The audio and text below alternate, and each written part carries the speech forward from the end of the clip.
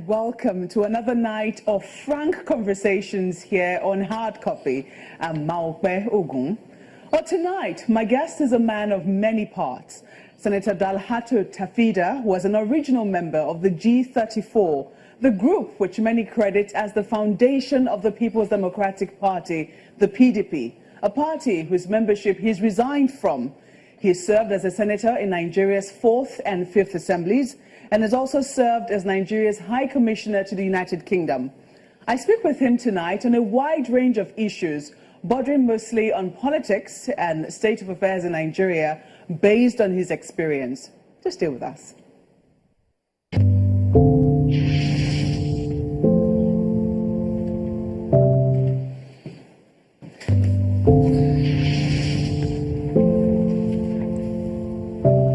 That was a fair representation. Well, I was really not a member of the G34, really.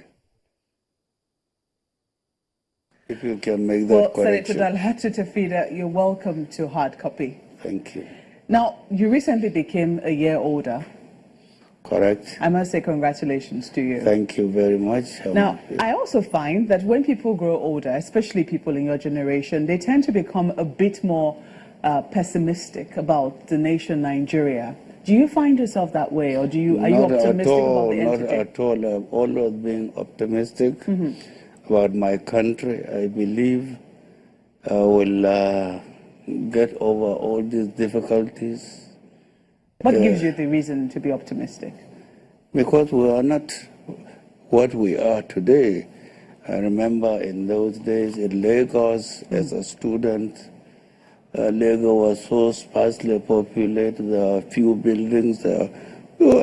And Lagos is a big city, or in fact a state now. And everywhere it's expanding. We are beginning to have many basic infrastructures, even though many of them are decaying, but at least the government is aware that they need the infrastructures, and as soon as possible, many of these things will be brought about, and some will be renovated, and we'll begin to smile. I am one of those who believe that Nigeria will be a great country. Well, some people always say that we were a great country, and I'm not very sure. We want to be a great country, and even America. To them, if you go to America now, and many of them will be despondent as to how America is and so on, and that America is not the dream of the founding fathers of America. The same way in Nigeria, many people will say so. But I believe those who say so are not being fair to themselves and to the country. We must be optimistic about what we have, unless we don't want it. And I believe every Nigerian must belong to a Nigeria, must want to have a Nigeria of his dream. As such, he must be optimistic. Now, some people say that, that's what has informed the calls for restructuring. I mean, we've heard that call over and over again. Well, this restructuring, I always say, people, we always hear restructuring. What does that mean? I don't know. Is it to break the country into bits and pieces, or to go back to the yesteryears when we had 3 regions, then later 4 regions, or what? I don't know. But to your mind, I mean, you were a very strong supporter of the Jonathan administration, which, held a conference to find a consensus on what this restructuring should be about. There was a national conference in that. I was not part of that conference. As you know, I was in UK as an ambassador. So did you monitor what came out of the conference? I did, but as you know, they didn't plan to have what people actually wanted in that conference.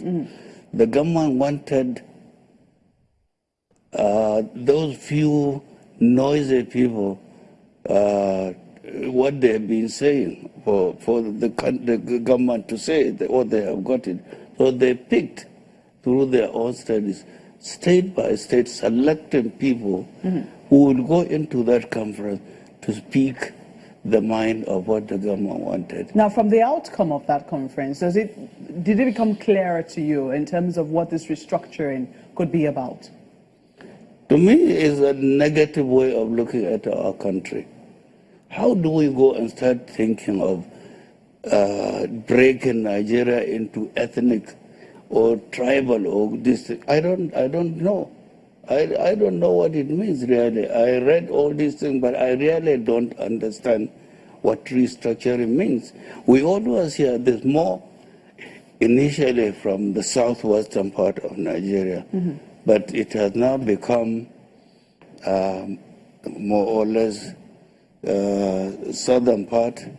Now the northerners are also beginning to talk of restructuring. Now when a northerner speaks to you about restructuring, actually he means that he wants the country to break up if the southerners want it to break. So that's the idea you said? That's the meaning of, to me, anybody who speaks about restructuring points us. We didn't hear much about restructuring when Obasanjo was the president. We didn't hear much about restructuring. But there was a conference at that time. No, conference was only a result of what they want. But President Jonathan did not execute it. He handed over the papers to the incoming government. He did nothing to it. He didn't, even by the time he left, I don't think he gave it to the National Assembly. My point is that during President Obasanjo's time, there was a call for restructuring. He held a conference that as well. Call is always there, but, yes. But it's not, it's only the few that talk of restructuring. I'm not a believer of breaking this country. But if people believe that we must, yes, we could. But I don't think so. It's not in terms of breaking. I mean, some people say the way the country is currently structured,